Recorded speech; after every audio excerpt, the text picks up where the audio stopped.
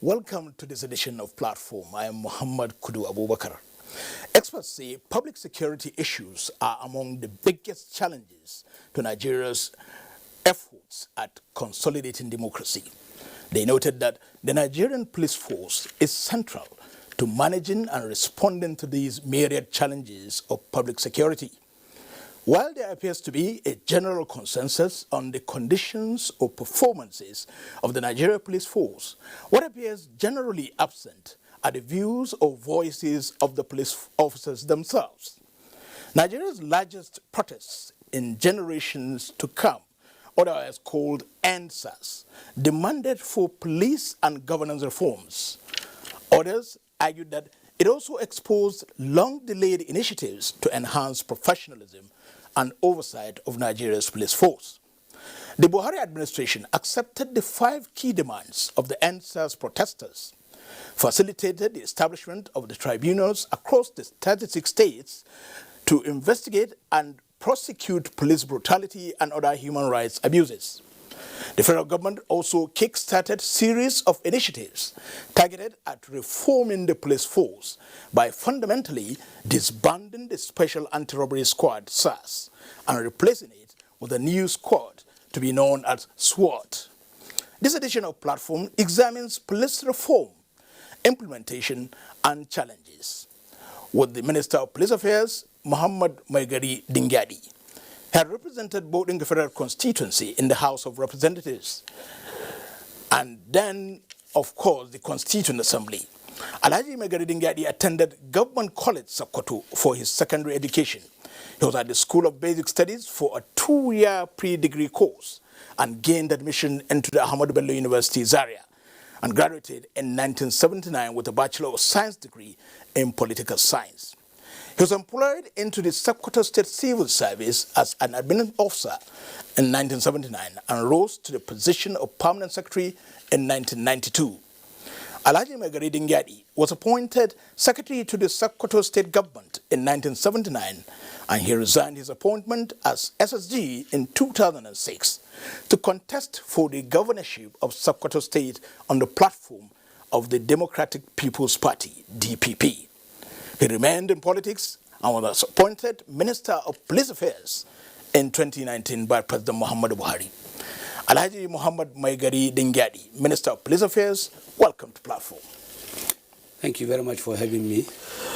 With me on the panelist corner is Femi Okyo of NTA's Judicial Desk. Thank you very much, Muhammad. Alhaji Muhammad Maigari Dingyadi, once again, welcome to Platform. Surveys show that Nigerians have a very low level of trust for the Nigeria police. In fact, there are investigations and allegations of the police demanding bribes from Nigerians, either collecting from them, giving, and so many myriad of problems. What would you say your comments or observations to this kind of allegations and this lack of general trust that the people appear to have for the Nigeria police? Well, thank you very much, Muhammad. Let me start by thanking you and the NTA for giving me this opportunity to talk on this platform and to particularly talk about this topical issue of police reforms. I want to start the discussion by extending my sincere condolences to the government and people of Borno State over the incident that took place a few days ago in Borno, resulting in the death of about 43 farmers who were on their farms and were brutally killed by bandits. And this has caused a lot of unrest, a lot of feelings, and is something that all Nigerians, all well-meaning Nigerians should condemn. It's a brutal thing, and it's very unfortunate it has happened. And I believe the government is doing all what is possible to ensure that those who are involved are investigated, are found, and are dealt with appropriately. I want to extend my sincere condolences to the government and people of Borno State over this very gruesome, very unfortunate incident.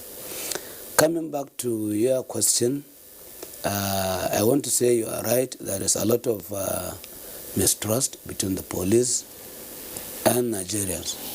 And this has become a very serious problem for us in the Ministry of Police Affairs and the police force. What is required is for all Nigerians to have some faith in the police. And in the same vein, the police should also try to work together with the people they are serving for. They should be seen to be serving all Nigerians. And we are really battling now with the issue of this issue at the moment. But we are doing all what we can to ensure that people have regained the confidence of the police. And the police are also reciprocating that confidence by working fairly well and by working together with Nigerians to ensure that they know their responsibility. They are meant to protect Nigerians, and they do it in the most humane and the most democratic manner. Well, although you said you are doing all you can, I think we will come to the details of what you are doing. Yes. The NSAS movement is reported to have been driven by the deep discontent and systemic problems of perception by Nigerians generally. What would you say are your preliminary findings so far? Well, you see, initially this NSAS protest started in the most legitimate manner. They started peacefully. Like you said, they started very peacefully, but eventually, as it went on, some people hijacked the protests and made it very violent. And when it started, it was the policemen who are moving around with these protesters trying to protect them. But unfortunately, as time went on, they started destroying properties. In fact, they went on putting police stations on fire, burning places, burning stores, shops, banks, and even attacking correctional centers. So you see, it was never peaceful, and that was why I think we came to conclude that some people have hijacked this protest, which was meant to be a very peaceful one. And I think their intention, like many people have said, was much, much more than reforming the police. It was a kind of effort to bring this country to anarchy, to bring a lot of instability. And as God will have it, we tried to contain the situation. And I think the entire thing now is history is under adequate control. Honorable Minister, my interest when I was told you're coming on this program is to ask you first, what is the nature of the duty of a Minister of Police Affairs? I'm asking that because at various times in various governments of this country, it's not always that we have always had a Minister of Police. Oh, a Ministry of Police Affairs. Thank you, Yes. a Ministry of Police Affairs. There are times when governments have run without a Ministry of Police Affairs. So now that you are Minister and we have a Ministry of Police Affairs, what does that ministry do? You see, like you rightly said, this ministry has been on and off. I think it went off for about 5 years, and then suddenly Mr. President saw the need to re-establish the ministry. Mm-hmm. And this is not unconnected with his commitment to ensuring that this police reform that we are talking about now is really a reality and is being supported to fruition. What we are doing in the ministry is to provide policy support, to supervise and ensure that the police and the reforms itself are actually put in place, are actually concretized, so that the entire police service is improved for the better and for the well-being of all Nigerians. That must also have been in the system, because we have the IG's office, we have the Police Service Commission. And so at what point does the ministry supervise policies? Does it take any of the existing policies that is with the Police Service Commission or with the IG's office, or are there things that the presidency or the president says, Honorable Minister, I want you to look into this? No, you see, the entire policy system is being managed by the ministry. Okay. And without the minister, The police affairs will have nobody to present them at the highest policy-making body of the government, that is the Federal Executive Council. And that is why the president said he wants to have somebody who will look after the interests of the police and the police services in the management of things in this country. So why do you think there are skirmishes, maybe, permit me for using that word, maybe for lack of a better word, between the Police Service Commission and the Office of the Inspector General of Police, when there is an existing minister and ministry? You see, this kind of thing happens in any organization. It's just a misunderstanding of things between the IGP and the Police Service Commission. And we have done our best to intervene and to ensure that this does not degenerate to something different. While the PSC is talking about having the responsibility of recruiting, the IGP is saying no, your responsibility ends at appointment, promotion and discipline. Well, this is a matter that is already in court. Yes. I don't want to go too deep into that. Yes. And the matter is already on. But there is some level of peace now between the Police Service Commission and the police force. Level of peace when we understand the cases have even gone to court? Yes, they are there. But I think just about 2 days ago, the Police Service Commission is gave out the issue of this recruitment of 10,000 constables, that they have now cleared them, they are okay with them, and that they can go into the IPPAS. Have the various party withdrawn the cases in court? No, not yet. They have not withdrawn. The cases are in court, but we can see some level of understanding coming in between these two people. Now, Mohammed will know that I'm sure we're going to return to the NSAS protest. Certainly. And how Nigeria can take benefit of the nitty-gritty of the happenings there. But we would want to establish this foundation so that we know how useful your ministry and your office can be in taking benefit of the NSAS protest. At what point would the minister be said to be interfering with operational matters in police? Or does the minister interfere at all? No, not at all. Okay. Not at all. Operational matters are things that are done by the police force headquarters. In very rare situations, I interfere, but generally I don't. Do you give directives? No, not at all. When you give directive, you interfere. No, yes. A directive may not be interference. No, well, when you give directive, you are saying do this. Yeah. So when you say do this, it could be an actualization of policy. Well, when it comes to policy, yes, I do. When it comes to policy, yes, I do. So you give directives. But operational matters are left with the operators of the system and not the ministry. Now, you will agree with me, your Honorable Minister, that it was not just the youths or the passers-by that got killed during the NSAS protests, even some police personnel. Have you now had, if you like, your findings as to the total fatalities within the police force? You see, and then, if yes, what are the total fatalities, and what have you done to compensate the next of kin of the police officers? You see, we have set up a committee that is going around counting our losses, determining what is missing. But from what we have gotten so far, I would want to say we have about 35 or 36 policemen who lost their lives in the course of this NSAS protest. And the committee has not finished its investigations because it's looking at the structures, police stations, the men that we lost, the properties, vehicles, and the rest of them that were lost. So as soon as they finish, we'll be able to say this is the exact number. But as far as the question you are talking about is concerned, I think 36 policemen lost their lives in the course of this NSAS protest, as said now. Has the ministry or the Office of the Inspector General of Police reached out to the next of kin of persons or your personnel who died? No, this is what we intend to do. By the time we finish, we have to report all these findings to Mr. President, and Mr. President will tell us the next line of action to take as far as all these issues are concerned.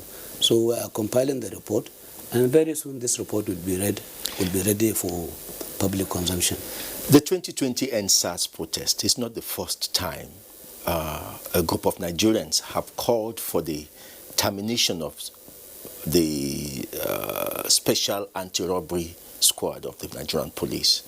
And in fact, it predates this government. Right. And it means that there is a structural defect in implementing what you yourself said is initiatives that have been on before now. What is the problem about implementing things, policies that you see, have been put in place? Like you rightly observed, this NSAS issue has been on long before this administration came into being. And we made records of reports and white papers of these NSAS things. And what actually happened was that some people were very reluctant, were not willing to implement some of these things. And when these things came up this time around, Mr. President set up a committee to look at all these reports. In fact, even before it started, he set up a committee to look at all these reports and see how we can go about implementing them. So when the NSAS protest began, many people do not know Mr. President has already started reforming the police in this country.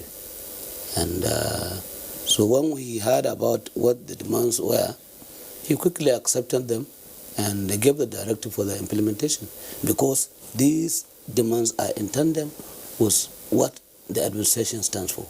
That is the reforming of the police to ensure that they provide security for the people of this country.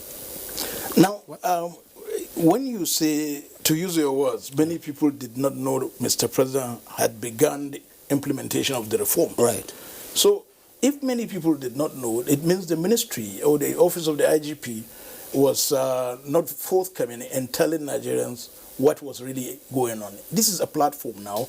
Tell us exactly, bit by bit, what you have done so far as part of the reforms, what would you expect in the next 2-3 months, what we should expect next year as part of the reforms. You see, even before the ministry came into being in August 2019, Mr. President has sent a bill to the National Assembly for the establishment of the Police Trust Fund. This trust fund is, I think the act was signed into law in somewhere July 2019, and that is even before we knew that this thing is coming up. And the essence of that Police Trust Fund is to generate funds for the improvement of the police service in this country, and this improvement will be in the areas of training, in the areas of re-equipping the police, in the areas of providing modern day technology for the police to enable them perform effectively. So the fund has since been generating a lot of money, and they have the trust fund has been established, they have inaugurated, and they are already in place. They have prepared their budget, and the budget is now before the National Assembly, and as soon as it is passed out, people will begin to see changes in the performance of the police in this country. Recently, the presidency announced some changes in the salary structure. Maybe you use this medium to tell us exactly what... Even before that, Mr. President went further to amend the 2020 Police Act, which has now brought in so many other changes that will be for the better of police in this country.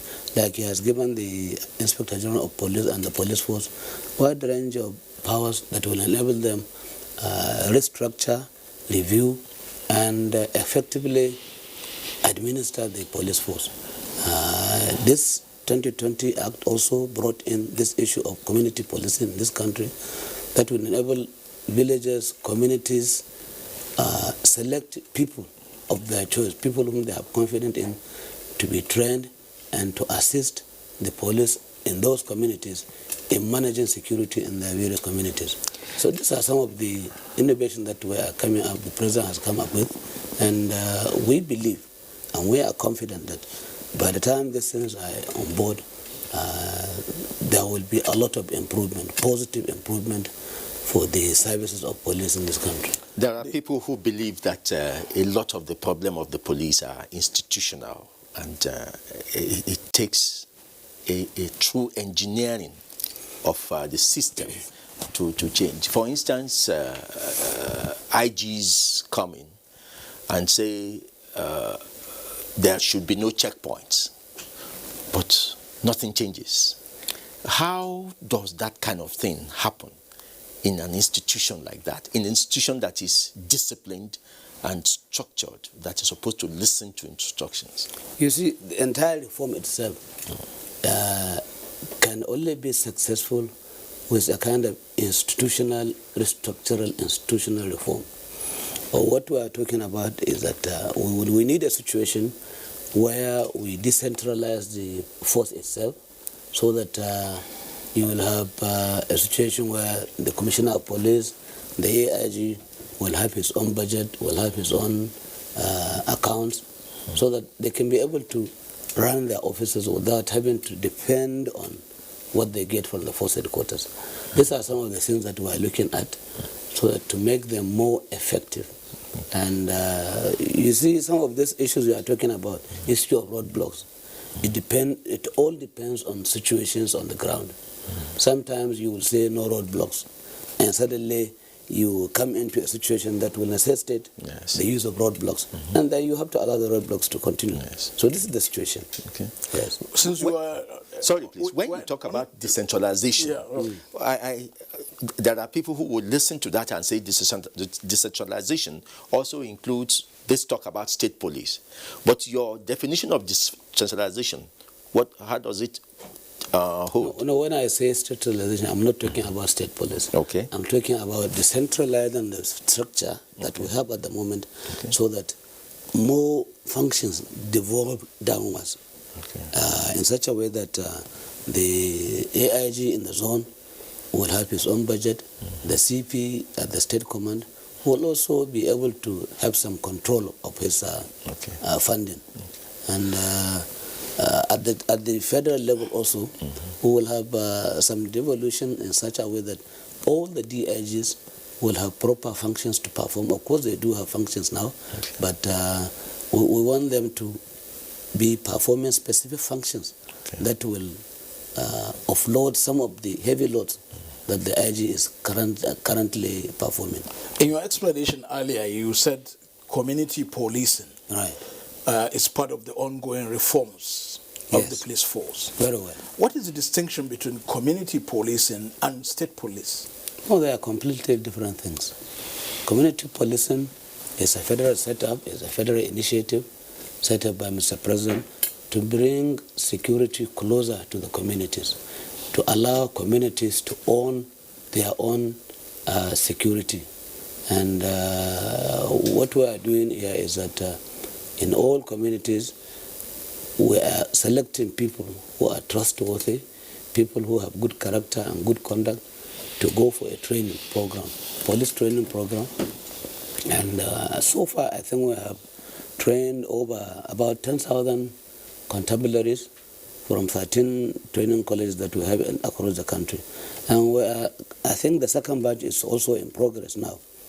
So we'll be looking at about 30,000 constabularies across the country to assist in all the communities in terms of intelligence gathering, in terms of conflict resolution, in terms of other police services that have very little to do with holding arms and the rest of them.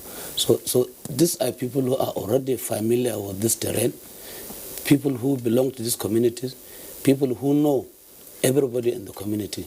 So they stand a better chance of, dealing with local security situation and to assist the police in those areas in managing the crisis. And then the state police is what? No, the state police, what they are saying, the state police is a new innovation that is not within the laws of the Federation. People are making agitation for state police. Yes. And as far as you and me are What is your understanding of that agitation? As far as you and me know now, we don't have state police in our laws. And of course, people have for some time now been calling for state police. I respect their views, But I'm sorry to say, the system is not yet legalized. What we're having is a national police. But wouldn't it be some little bit of contradiction there? The governor of a state, the Constitution, 1999 Constitution as amended, Right, gives the governor of the state describe him as the chief security officer of that state. But here you are, as Minister of Police Affairs, saying it is anachronic for the state, the chief security officer, not to control the police of that state. No, you see, it is not, what we are saying is different than what I'm saying. All right. That's why you're here, to explain to us. Yes, you see, even the governors, many of them have been expressing their fears that they are no longer in charge of security in their states. But of course, the Constitution regards them as the chief security officers in their states. And what they are saying, they are not controlling the commissioners of police, they are not controlling the brigade commanders. But I want to say that the CP and the brigade commander have, on weekly basis, are meeting with state governors to sort out security issues in the states. And I think they are doing their best to assist the governor in maintaining peace and security in the state. So I don't understand why the governor is saying that he is not in control of what the CPs and the brigade commanders in states are doing. I think while the CP is directly responsible to the IG, but he also reports to the governor from time to time as the need arises. When there is any problem in a state that needs the police, the state governor tells the CP tells the IG before he can deploy. Now, the governor would prefer to be able to deploy immediately he notices something wrong. Or be able to direct deployment. No, you see, all these things depend on situations. In some instances, where a situation is in such a way that the commissioner can deploy without having to refer to the IG, they usually do so. But in situations where there is need for the CP to refer to the IG, he has to, because he may require additional support from some sister states, which he cannot get without informing the IG. So these are the situations. In situations where it involves just a village, an issue in a remote area, the CP does not usually refer these matters to the IG. He takes his position and does the needful immediately. But the impression I get from your answer here is that even when the legal environment is cleared, which is the constitutional impediment for state police, you don't think that we are a ripe nation for state police? No, I'm not saying that. Okay. I'm not saying that. Okay, so what's your thinking about if the constitution is amended now? Can we have state police now? Why not? You see, Nigerians who are agitating for state police should go to the right place, should go to the National Assembly, put on their agitations. If the National Assembly deems it fit to have a state police, so be it. Nobody will quarrel with it. But what we are saying, from what is existing now, we don't have state police in the... It's not within the law. It's not within the law. Now, let's go back to the Federal Anti-Robbery Squad. Although it has been disbanded, we understand now you are forming SWAT. Right.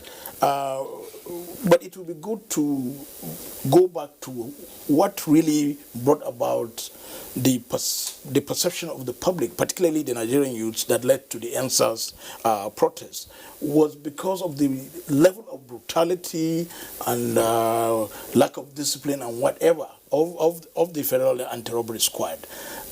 What will you assure us now that this SWAT that is being formed will not go back to the same thing? Because at inception in the 90s, FSAS was generally accepted to be very effective. It was effective against armed robbery and several other criminalities. But much later, it became something else. So what is the guarantee that SWAT also will not fall into that same pattern? You see, I think as human beings who have the right brains, we should be able to learn from our mistakes. We should be able to learn from history. And in addition to this, all these SWAT people who are selected for the training, we have set out a curricula that will not prevent them to go back to where we came from. The training is slightly different. It's taking care of what we have come through. And can we have an idea of the nature of the training, the modus operandi, the outfits? The entire essence of the new training now is to train these SWAT officers to ensure that they respect the human dignity, they try to be as humane as possible, and we are limiting them to issues that relate to armed robbery and other related arms banditry activities that happen from place to place. We don't expect them to go on the road on stop and search, or we don't expect them to do any other thing apart from what they have been trained to do. So we are taking a lot of precaution and to ensure that these people stay within the limit of what the training provides for them. What is the training like of the police? Generally, people exactly. even talk about the problem of police, starting from the deficiency of the kind of training they give. Yes. What kind of training does the police constable get? You see, we take, if you say police constable, you are talking about the police who is being trained from the day one to the time where he is graduated to where the rank of a police constable. Yes. You see, the period of training for a constable is 9 months, or about a year or so. And they go through the normal police training programs of arms management. They go through trainings, various training programs that will ensure that they know how to manage the public, they know how to investigate, they know how to record reports at police stations, and quite a number of issues that a police officer at that rank should know and should be able to do.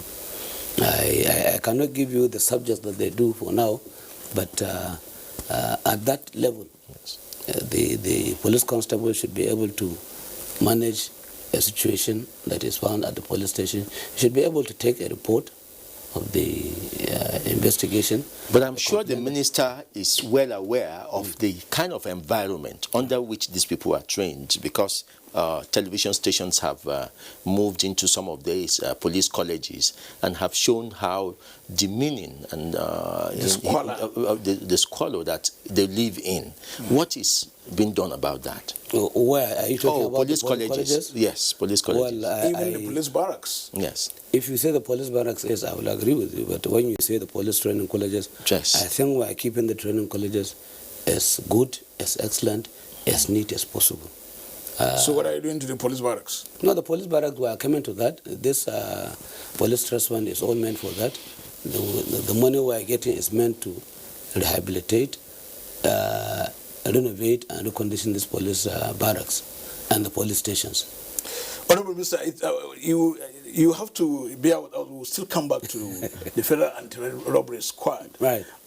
By my understanding is that the FSA's command in a state does not report to the Commissioner of Police of that state. He reports directly to the Inspector General of Police.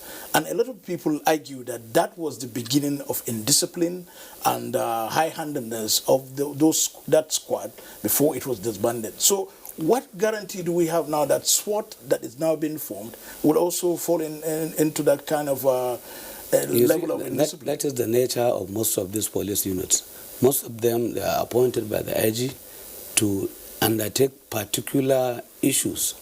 And that is why you see them sometimes, most of the time, reporting to the IG. But in this kind of situation now, in all the states, they were selected by the commissioners of police, they were solicited by him, from within the existing police officers that were available in the states. And when they finish, they will be sent back to the same states. So what is the total number of the SWAT officers, and how representative are they of the 36 states of the Federation? Well, they are coming from all the states of the Federation, and I think we're having between 35 to 50 in each state. I'm sure the Honorable Minister would now see why I asked that earlier question. Right. There are some operational matters we have asked you. Yes. And then as Minister, possibly you don't have any know of them, but as Minister, you also draw up the policies for the police. What if Nigerians say, and Mohammed has pointed to that, if the SWAT fall into the problem of SARS and Nigerians say, no, this is not serving our purpose, what is the minister ready to do to ensure that the police has a special squad which does not violate human rights?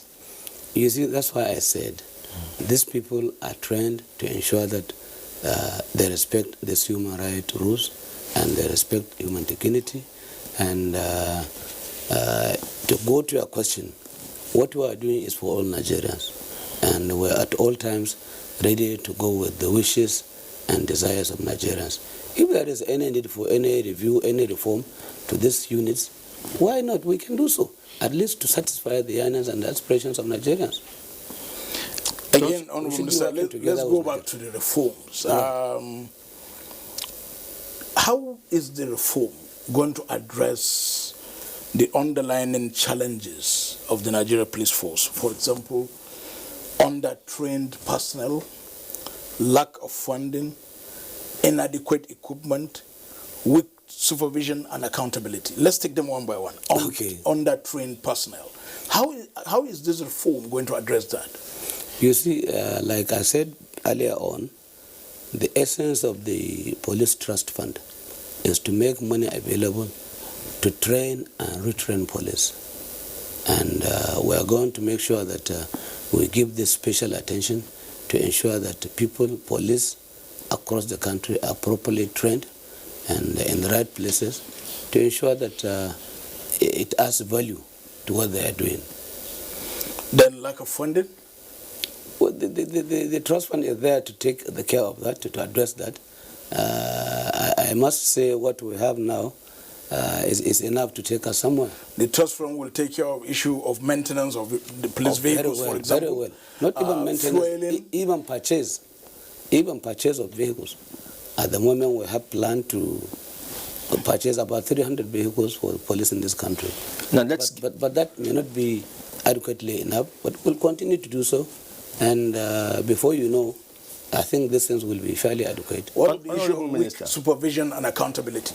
Because it appears to be one of the, if you like, issues that is the sticking point that brought about the general lack of trust of the Nigerian police. I talked about decentralization to ensure that the police are accountable to certain levels of authority.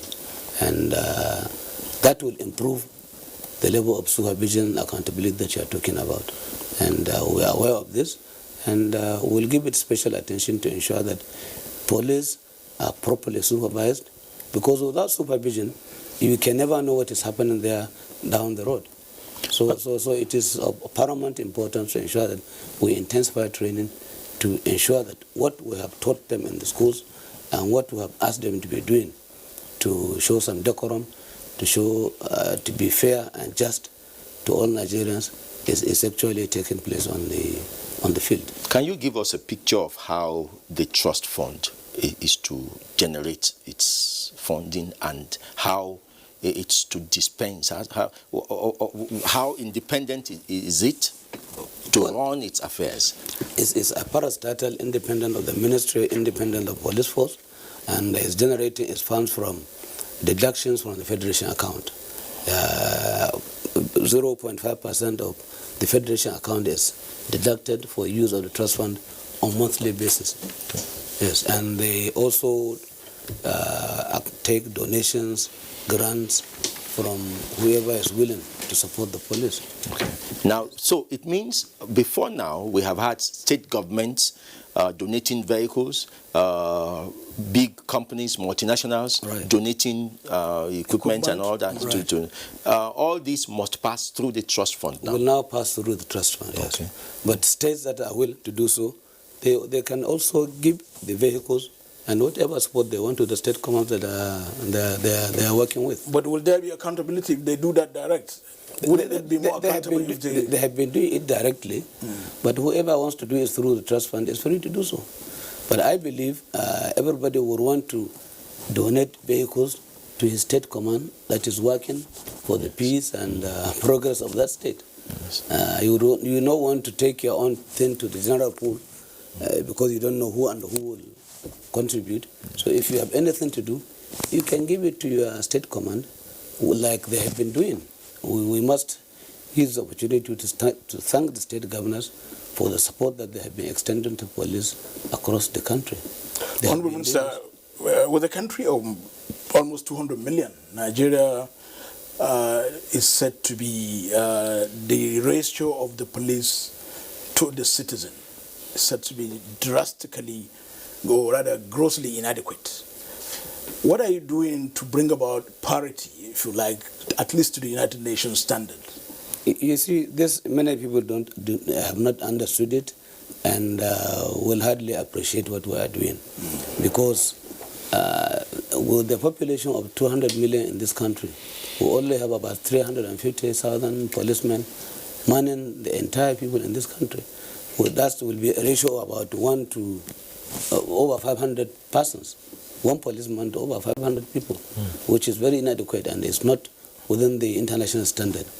Mr. President has recognized this, and he has given us the go-ahead to be recruiting 10,000 policemen every year between the beginning of his second term to the end. So by the time, by 2023, we will be recruiting about 40,000 policemen. I think we have so far recruited, I think the second batch of 10,000 will soon finish. So this is in addition to what we are getting from the Police Academy Wodil. I think they are producing about 600 to 700 inspectors every year. So, but is that enough? No, it's not enough. It's still not enough. But at least. So what strategies are you adopted to come up to bring about the real citizen to police ratio? You see, many people have been agitating for one thing or the other. Some people are even calling for the merger of the civil defense with the police, at least to add to the number that we have. Will you subscribe to that? Because we are doing the same civil... Will you subscribe to that? Well, I wouldn't want to give my mind on this now because the civil defense are now being managed by a different ministry. Will there be any merit, if at all? Of course, we will be willing to take people from other organizations that will be add to the number that we have. We will be willing, no problem. And that brings us to the idea that policing is yes, the primary duties of the police, yes. But then policing can be done by any group of people, individuals too. You talked about community policing, but then how do you see the policing network for Nigeria in line with the civil defense, road safety, and all other structures that are used to police Nigeria? Even private guards. Private guards. Yeah. Should we have private guards, for instance, in Nigeria? What do you see? Do we? I'm not talking about the figure of the Nigerian police force alone now. I'm talking about, do we have a good policing structure in Nigeria? Well, what we have for now is we are managing what we have for now, and I want to say is fairly adequate. But we are trying to create a very good synergy with all other security agencies in this country, the immigration, the civil defense, the fire service, the army, the navy, and the air force. Okay. We are having a lot of interaction to ensure that we create synergy for better results as far as security is concerned in this country. When we were children, we used to know that the Nigerian police had a very strong intelligence gathering system. We called them CID, and that was the limit we ever knew. As children, we didn't know anything called SSS or DSS or anything. Yes. Once you say that man is CID, Yes. you thought that he was a spirit. Yes. Now we don't And you see. could see a window. He is a CID, Exactly, you don't know. exactly. But now, it now we appears don't a lot have of any such things thing happen anymore. and No, you still have. You see, the issue is that everybody now is an intelligence officer. With your telephone, you can go to any land, you can get any information you want. And so all Nigerians now, everybody now can gather intelligence, can gather information on whatever he wants to. But what we are doing in the police... Gathering the intelligence is not the issue. No, Channeling it to the source. That's what I'm saying. That's what I'm going to say. Yes. What we are doing now in Nigeria is in the police is to have a better technology that will monitor you and me from our houses, from wherever we are. that better technology, is Yes. it the CCTV, for The example? CCTV that we are having in Abuja and Lagos, and some other things that We have a will- CCTV in Abuja now? Oh yes, we have. We have. Really? Yes, very well. But we were but- told it is not working. And Part of it is not working. It's not properly. It's not fully working. But the ministry now is set up a committee to ensure its resuscitation. We are doing a lot of work to ensure that we resuscitate this project, and we are now going to ensure that all the agencies that are supposed to come in are really brought in to ensure that we resuscitate the project, so that we will have a better technology. with an effective CCTV, you may not need checkpoints. You may not. Yes, you may not. You may not. So at what point are we going to have all that all across the state so that checkpoints can go? We are working on that because, like you said, when you go to other countries in the world, you don't even see policemen. You only see cameras, they are working, and it's very effective. So what we need, like I said, is the modern technology that we can install to assist the police in gathering intelligence to pursue criminals wherever they are. Well, to Honorable Minister, We're looking forward to a day when the IG or the DGSSS will look up this morning to tell the president that in so location and so place, so person and so person are arranging to kidnap so person. All these things are there in conversations that people do on these platforms. And the police should be able, and other security agents should be able to trace all these conversations and track them. what's your vision of the Nigeria Police Force for the next 5 years? You see, I want to see a police force that is very efficient, very effective, like what he said before, so that Nigerians will now see the difference between the police we are having now and the ones that we are going to have in the near future. I want to see a situation where policemen can have adequate technology to fight insurgency, to fight kidnapping, to fight armed banditry, and in such a way that we don't need to waste time in arresting these criminals. The information will be at our fingertips, and we can go direct to the point and arrest them. How much of technology are you building into this hope? Into this vision. 5-year vision. And now we know that a database has been set up. You see, the technology is already there. All you need is the management. What you need, the initiative, the wherewithal to put it in place. And by the grace of God, now that we have the thinking, we have the initiative, I think we will go ahead and do it by the grace of God. Honorable Minister of Police Affairs, Alhaji Muhammadu Maigari Dingyadi, thank you so much for your time in the studio. Thank you very much, Muhammad Kudu. Femi Okio, Thank you. thank you It's a for pleasure. always being there for us. Thank you. In the past 50 minutes, we've been talking with the Honorable Minister of Police Affairs, Alhaji Muhammadu Maigari Dingyadi, on police reform, implementation, and challenges. His vision for the police force for the next 5 years, he said, is infusion of more technology. We will leave it there for now. This is Platform. Thank you for watching. I am Muhammad Kuda Abubakar. Bye for now.